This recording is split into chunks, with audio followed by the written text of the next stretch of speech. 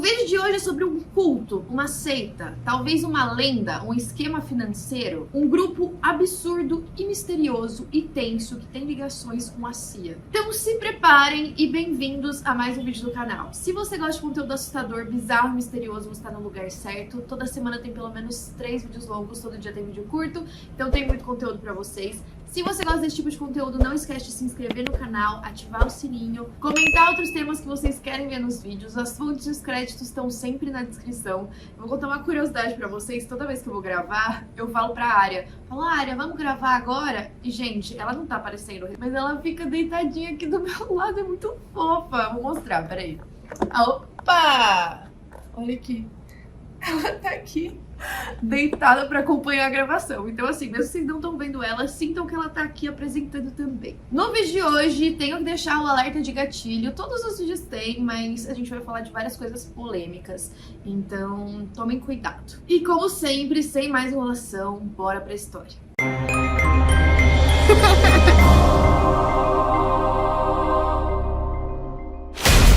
Em fevereiro de 1987, a polícia recebeu uma ligação de uma pessoa falando que tinham 2 homens que estavam bem vestidos cuidando de algumas crianças. O que chamou a atenção dessa pessoa é que essas crianças pareciam muito desleixadas e desnutridas. Elas estavam sujas, com picadas de inseto. E aí essa pessoa achou suspeito e parecia que aqueles 2 homens não eram os responsáveis por aquelas crianças. A polícia foi até o local por causa dessa denúncia e principalmente por envolver crianças. Eles estavam acompanhados de 6 crianças entre 3 e 10 anos de idade e o nome dos 2 eram Douglas Ammerman e James Michael Howell. Quando a polícia abordou eles estavam bem nervosos. E parecia que eles estavam com um comportamento meio agressivo.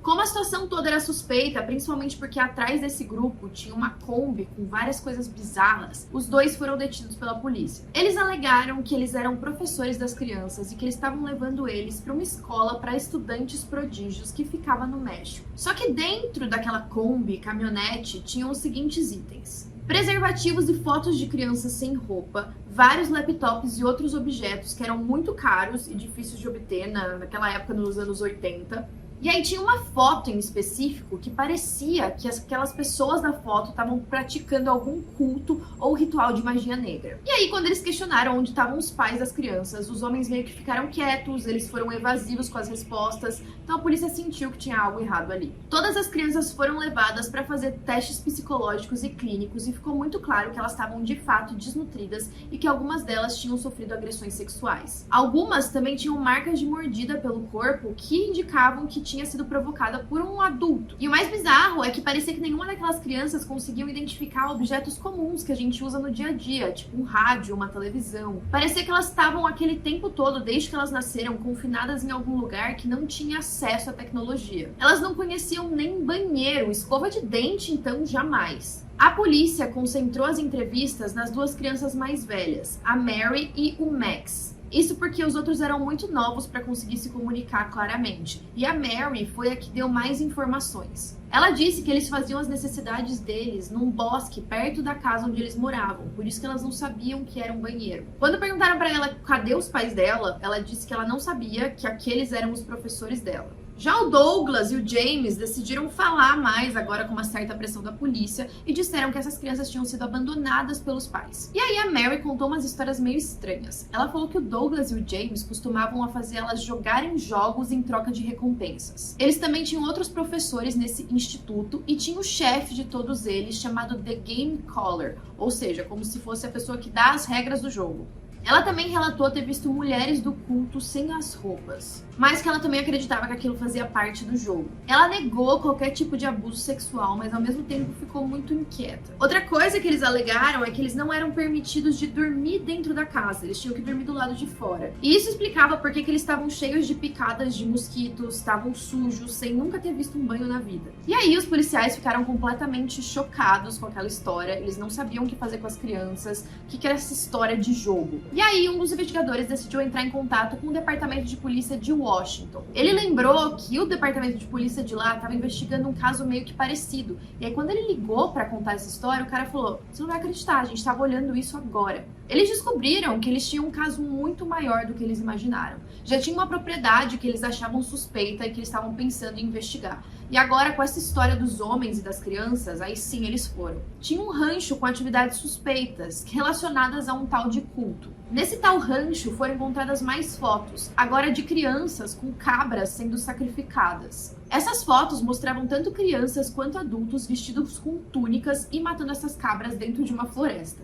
É bem a imagem de um culto. Uma das fotos mostrava várias crianças cortando a barriga de uma das cabras para tirar os filhotes dela. Também tinha uma que mostrava um adulto serrando a cabeça de uma cabra no meio. E para corroborar essa história de magia negra, eles encontraram vários livros relacionados a isso. O que mais chamou a atenção é que em um dos cômodos do rancho tinham vários equipamentos eletrônicos muito tecnológicos que eram difíceis de encontrar nos anos 80.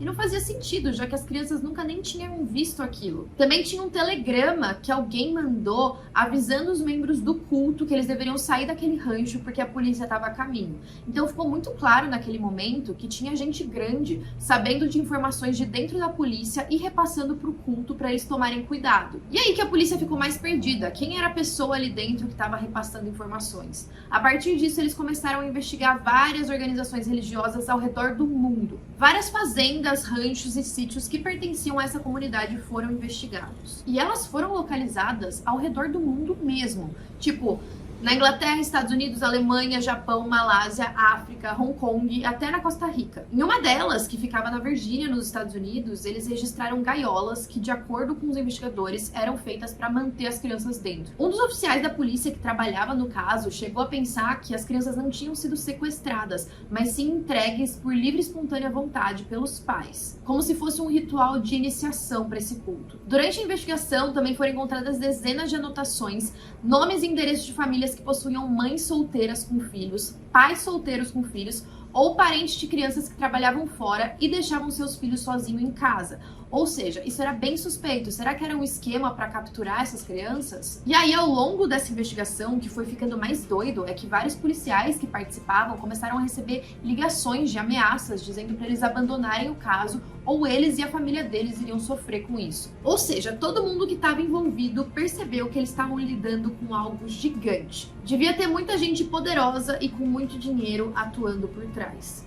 E aí, visando a segurança de todos, o caso finalmente passou para o FBI. E aí, teremos uma grande reviravolta. O tal do Game Caller, o cara que ditava as regras, a autoridade máxima do Definders, entrou em contato com a polícia. Ele disse que ele desejava fazer uma declaração. O nome dele era Robert Gardner Terrell. Ele já estava sendo investigado porque ele era dono de um dos ranchos do grupo. E aí ele pediu um encontro com a imprensa. Gente, essa foi a entrevista mais estranha que eu já vi. Para proteger a identidade dele, ele apareceu na entrevista usando uma máscara do Ronald Reagan, que foi um dos presidentes dos Estados Unidos. Na entrevista, ele revelou que as mães de todas as crianças estavam colaborando com os policiais para que a história fosse totalmente esclarecida. E era de fato um grupo estranho e excêntrico, e os policiais tentaram encontrar qualquer evidência de atividade criminal dentro do grupo. Só que nada foi encontrado além dessa excentricidade e adoração por ritos de bruxaria. Quase todos os pais pertencentes àquele culto, que eram os pais das crianças que estavam lá, foram entrevistados. Mas nada foi comprovado de que a organização praticava rituais satânicos ou até mesmo crimes. O que foi apurado e esclarecido é que os pais daquelas crianças todos tinham cedido os filhos para a organização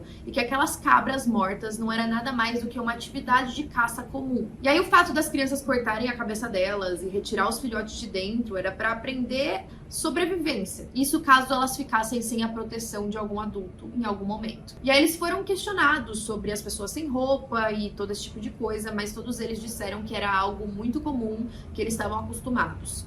E eles disseram, inclusive, que mesmo em álbuns de família tem fotos de membros familiares sem as roupas em certas festas e atividades. E aí eles disseram que o Definders não passava de uma grande família. E aí, por causa da falta de provas, por eles não conseguirem reunir nenhuma evidência que indicasse algum crime, teve uma corte que declarou o caso por encerrado. 6 semanas depois, os 2 homens que tinham sido presos no parque foram liberados. E aí o Estado decidiu retirar todas as acusações contra eles em março de 87. Mas eles também decidiram que as as crianças deveriam ser devolvidas para os pais. O Robert pediu desculpa para todo mundo. Ele disse que tudo aquilo não passava de um inconveniente, mal entendido. Ele disse que apesar deles serem excêntricos, a finalidade era só viver em comunidade e também garantir que eles saberiam sobreviver sozinhos. E ele mencionou que aquilo não passava de uma experiência e que depois de 17 anos de existência, a organização ia ser dissolvida. Mas aí que vem o plot. Muitas das pessoas não acreditavam nessas alegações do Robert. Eles mantiveram a convicção de que a organização era sim algo muito grande e que envolvia tráfico de menores. E aí, muitos oficiais continuaram sofrendo ameaças, outros foram transferidos de função e algumas testemunhas desapareceram sem deixar rastro, inclusive a mulher que ligou acusando os dois homens de estarem com as crianças. Um dos investigadores de Washington, que estava investigando o caso, chegou a alegar que as pessoas por trás eram muito fortes e poderosas,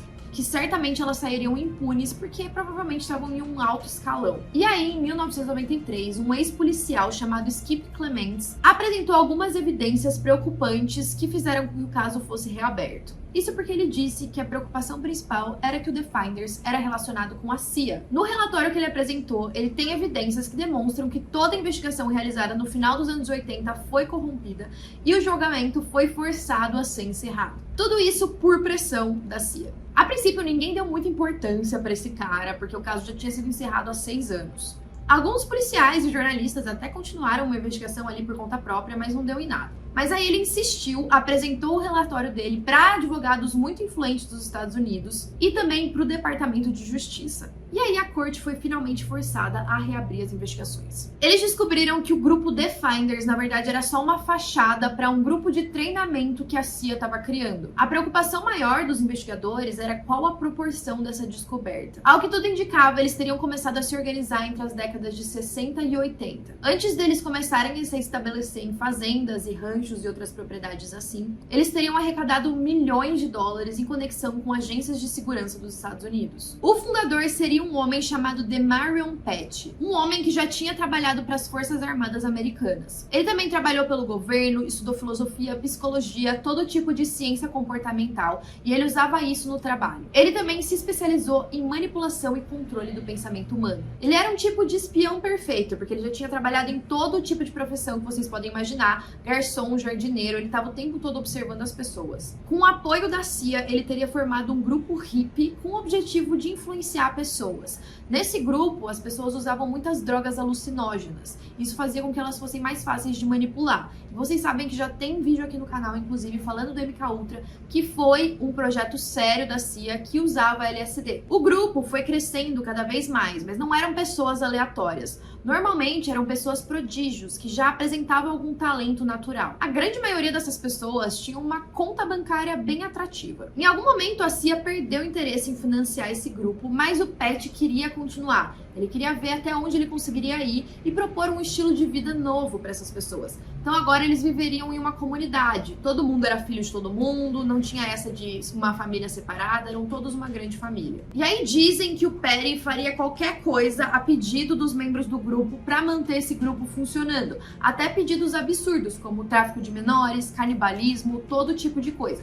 Isso são boatos, né? A gente nunca vai saber exatamente se realmente rolou. Então o grupo teria começado com um financiamento e aval da CIA, e aí foi se tornando uma coisa ainda mais sombria. Por volta dos anos 80, teve até uma conspiração que parecia que a CIA tinha contratado uma empresa de tecnologia para encobrir os investimentos desse culto. E isso não é conspiração, tá? As fontes desse vídeo são em relatórios do FBI sobre o caso. Eles divulgaram esses relatórios em 2019 e aí a gente conseguiu descobrir que isso realmente aconteceu.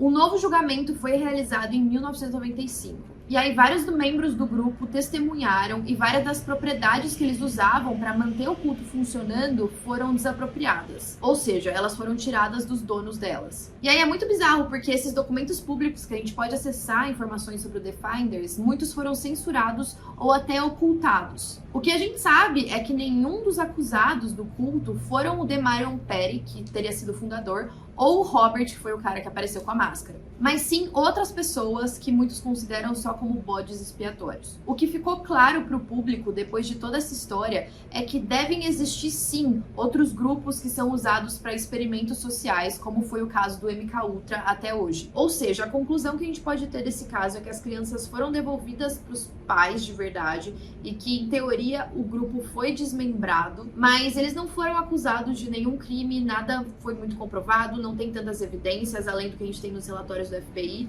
Então, muitas pessoas acreditam que é só uma grande conspiração, outras pessoas acreditam que tem muita gente grande por trás que tá escondendo o que realmente acontece. Eu sou da opinião de que a gente não pode desconfiar de nada, tem muitas coisas doidas no mundo que provavelmente a gente nunca vai ficar sabendo.